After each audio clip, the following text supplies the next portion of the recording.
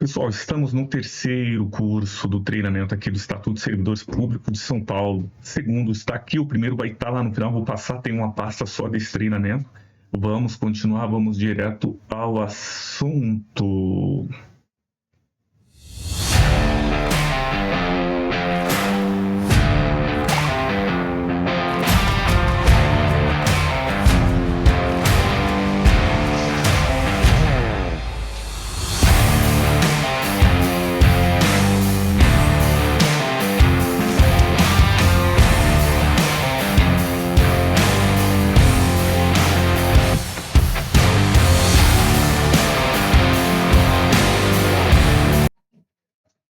Para não ficar um treinamento muito demorado, eu coloquei o timer aqui para a gente lembrar o anterior. Agora, meia horinha de treinamento, eu acho que tá bom pra gente, tá? A gente parou na parte do TAC, termo de ajustamento de conduta, e como sempre falo em meus treinamentos, voa menino, voa menina!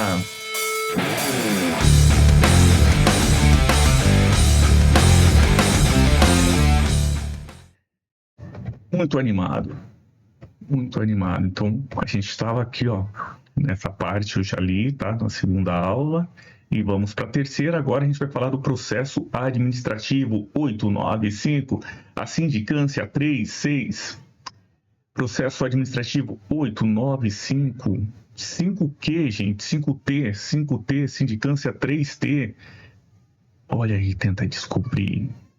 5 testemunhas no processo administrativo, 3 testemunhas na sindicância. Então, 5 testemunhas no processo administrativo, 3 testemunhas na sindicância. Processo administrativo, assim que você descobrir, assim que a autoridade acabar descobrindo que teve a infração, tem 8 dias para fazer, não pode durar mais que 90 dias. A sindicância não pode durar mais que 60 dias, tem até 60 dias para concluir. Como meu dedinho já está aqui perto da sindicância, vou repetir: sindicância, 3 testemunhas, 60 dias para concluir. Vamos lá. A autoridade sindicante e cada acusado poderão arrolar até quantas testemunhas? 3. E concluir no prazo de 60 dias. Repete: 3 testemunhas na sindicância, 5 no processo administrativo. Conclusão da sindicância, 60. Conclusão do processo administrativo, 90 dias. Vamos para o artigo 268, você. A apuração das infrações será feita mediante que sindicância ou processo administrativo. A apuração das infrações será feita mediante apuração preliminar, sindicância e processo administrativo. Como? Veja que não tem apuração preliminar aqui, meu caro, porque essa fase da apuração preliminar, quando não está definida a autoria, já passou. Agora está no momento da sindicância ou do processo administrativo. Assegurados a ampla defesa, contraditório. Não será instaurada sindicância ao funcionário que já está exonerado, aposentado, anteriormente demitido, ou já não tem vínculo com a administração. Não será instaurado a sindicância, tá? Mas a pena no processo administrativo tem a pena da... O que é a pena? Cassação de aposentadoria ou disponibilidade. Não terá sindicância, já vai direto para o PAD aqui, o processo administrativo. Artigo 270, o PAD é obrigatório, as penas de demissão a bem do serviço público, cassação de aposentadoria ou disponibilidade. Artigo 271, os procedimentos disciplinares punitivos serão presididos por servidores de cargo efetivo. Então, no caso em que o procedimento vai ter consequência punitiva, só os servidores de cargo efetivo para dar prosseguimento, tá? Processo administrativo 890, 8 dias para você saber, tá? Se ficou sabendo, em 8 dias tem que iniciar o processo. 90 dias é o prazo aí que não pode ser mais que 90 dias, tem que ser concluído. 5 testemunhas. Repito bastante para colar na nossa cabeça, tá?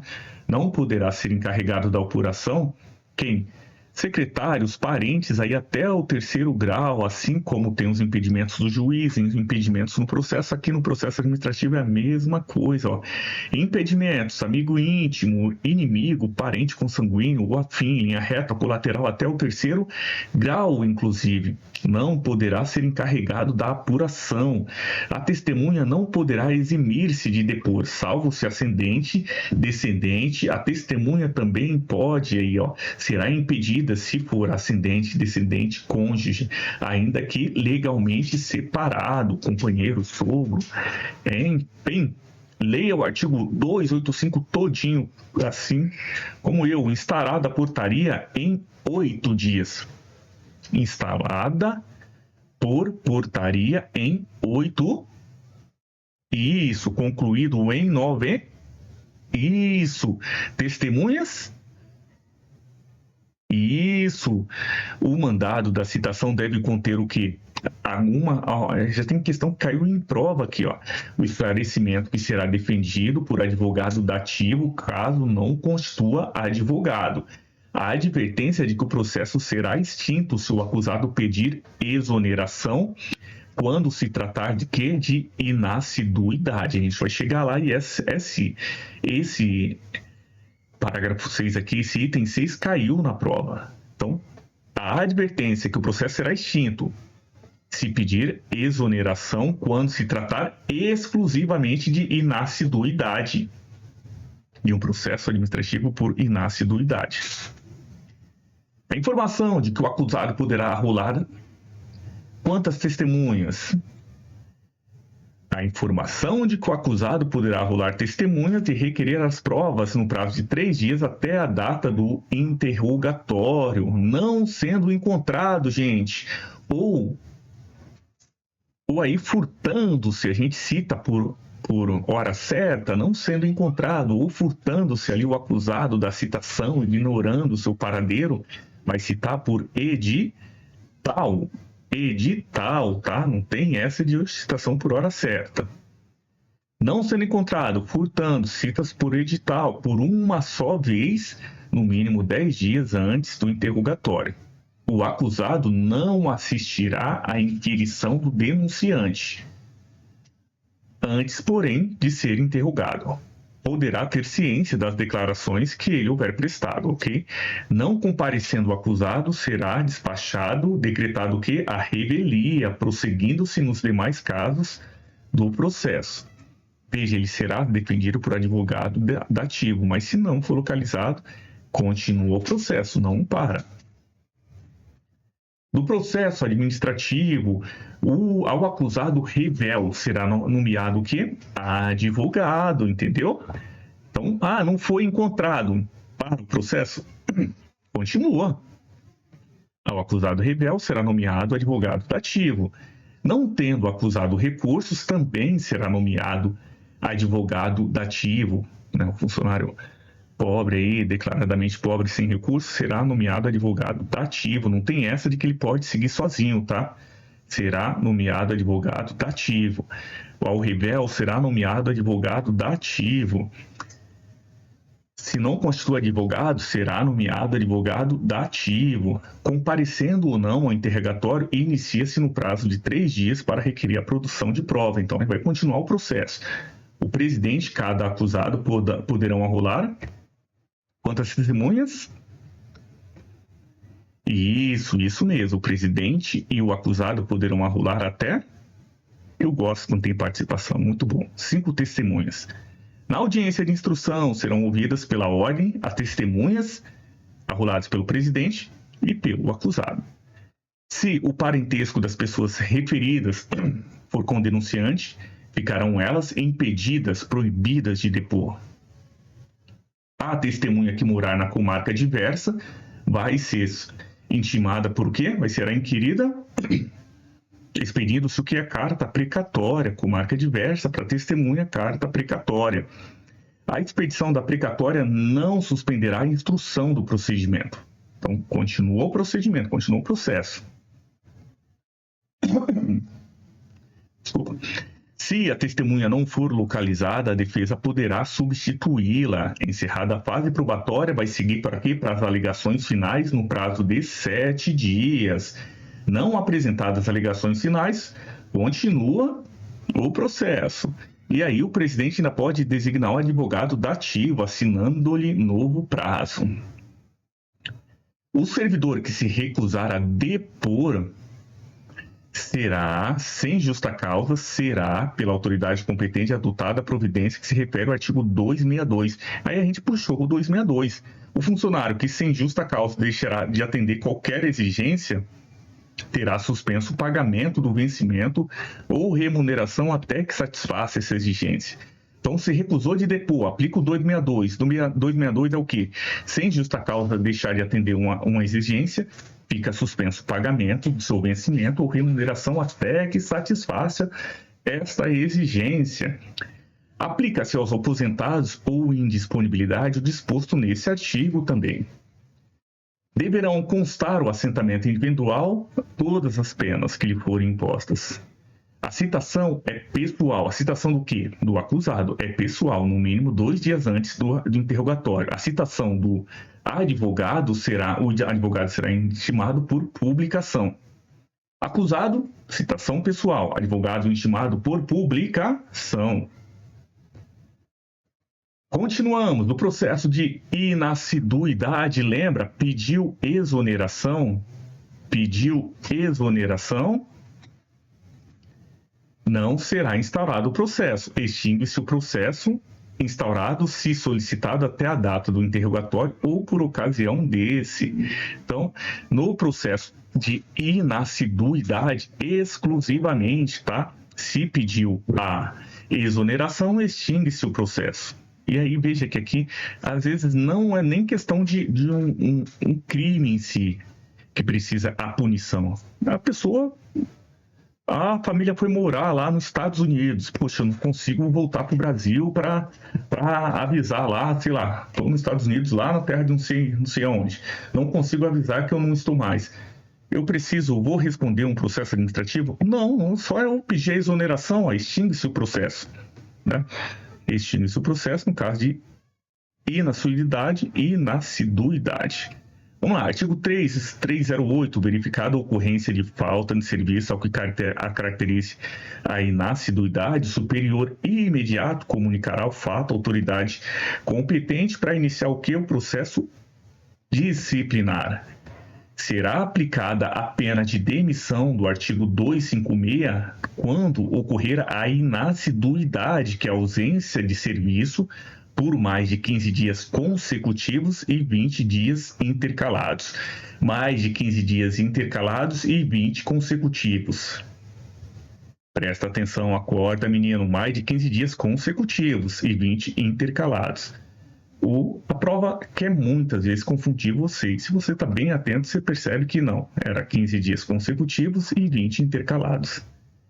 Artigo 311. A defesa somente poderá versar sobre força maior, coação ilegal e motivo legalmente justificado. Esse artigo 311 caiu na prova. A defesa somente poderá versar no processo de inassiduidade por motivo de força maior, coação ilegal e motivo legalmente justificado. É claro, porque esse processo aqui de inassiduidade até então não é um processo em que houve uma infração, um dano à administração pública. Não, a pessoa não está vindo trabalhar. Então, qual que é a justificativa? A defesa vai justificar. Força maior, teve coação ilegal. Não, estava sendo pressionado, não voltei para o trabalho por conta que tinha risco de morte, sei lá. Ou motivo legalmente justificável. Era o furacão Melissa.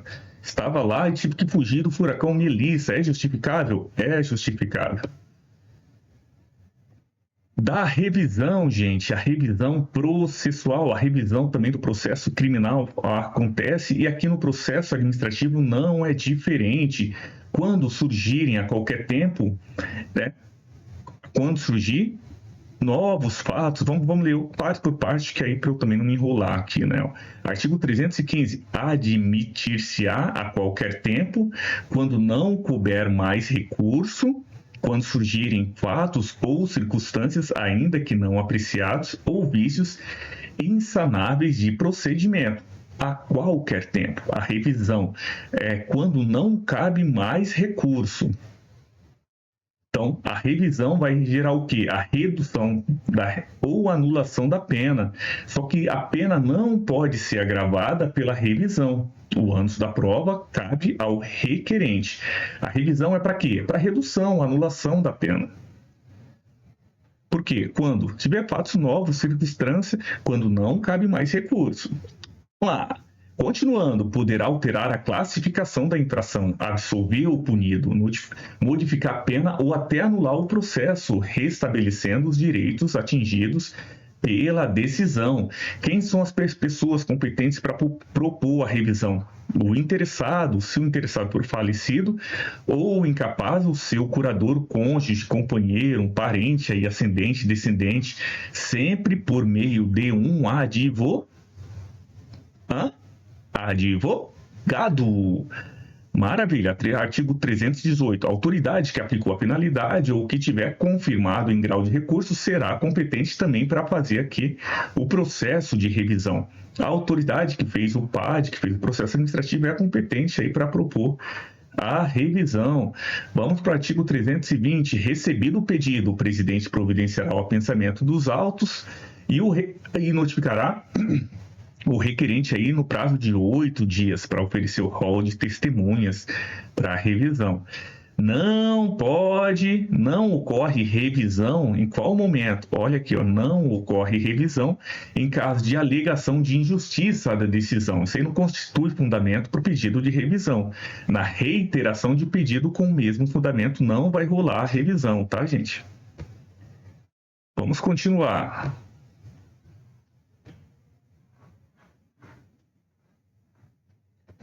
E acabou. Tava tão bom. E ainda tem tempo aqui, tem tempo pra gente falar, 13 minutos pra gente revisar. Que maravilha! E eu vou utilizar esses 13 minutinhos aqui então, tá bom? Gente, a revisão é importante estudar, tá? A qualquer tempo, quando não cabe mais recurso. Isso aqui, sempre por intermédio de um advogado, é importante.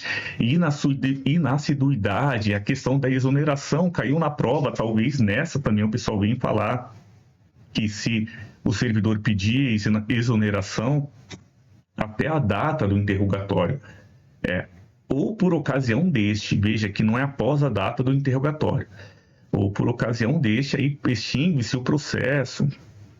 Nesse processo de inassiduidade, a defesa somente pode versar sobre força maior, não vem falando de outras coisas, tá? Processo administrativo precisa do advogado, mesmo sendo réu, precisa de advogado. Não tendo recursos, nomeará o advogado, comparecendo ou não, ok?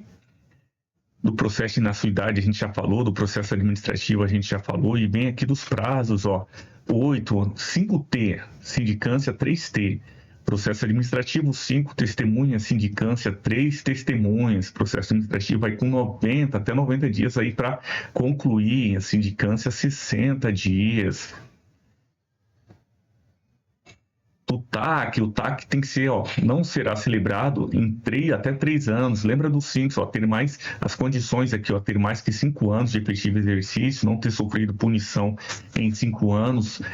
Não será celebrado o ajustamento de conduta, não ter celebrado o ajustamento de conduta nos últimos 3 anos. Aqui os requisitos para o ajustamento de conduta. Não corre a prescrição quando estiver tratando do TAC.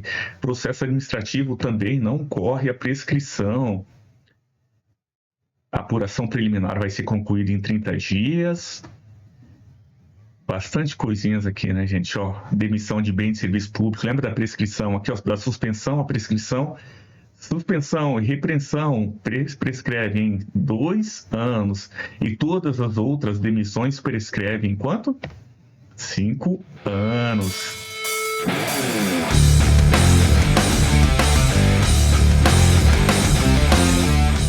Maravilha, eu só tenho a agradecer. Agora a gente vai preparar o material para a lei de improbidade administrativa. Então, fechamos com 3 aulas essa parte do treinamento do servidor público e a gente vai começar a aprofundar a questão da lei de improbidade administrativa. Dá uma olhada aí, dá um print na tela, tá bom? Até a próxima, até daqui a pouco.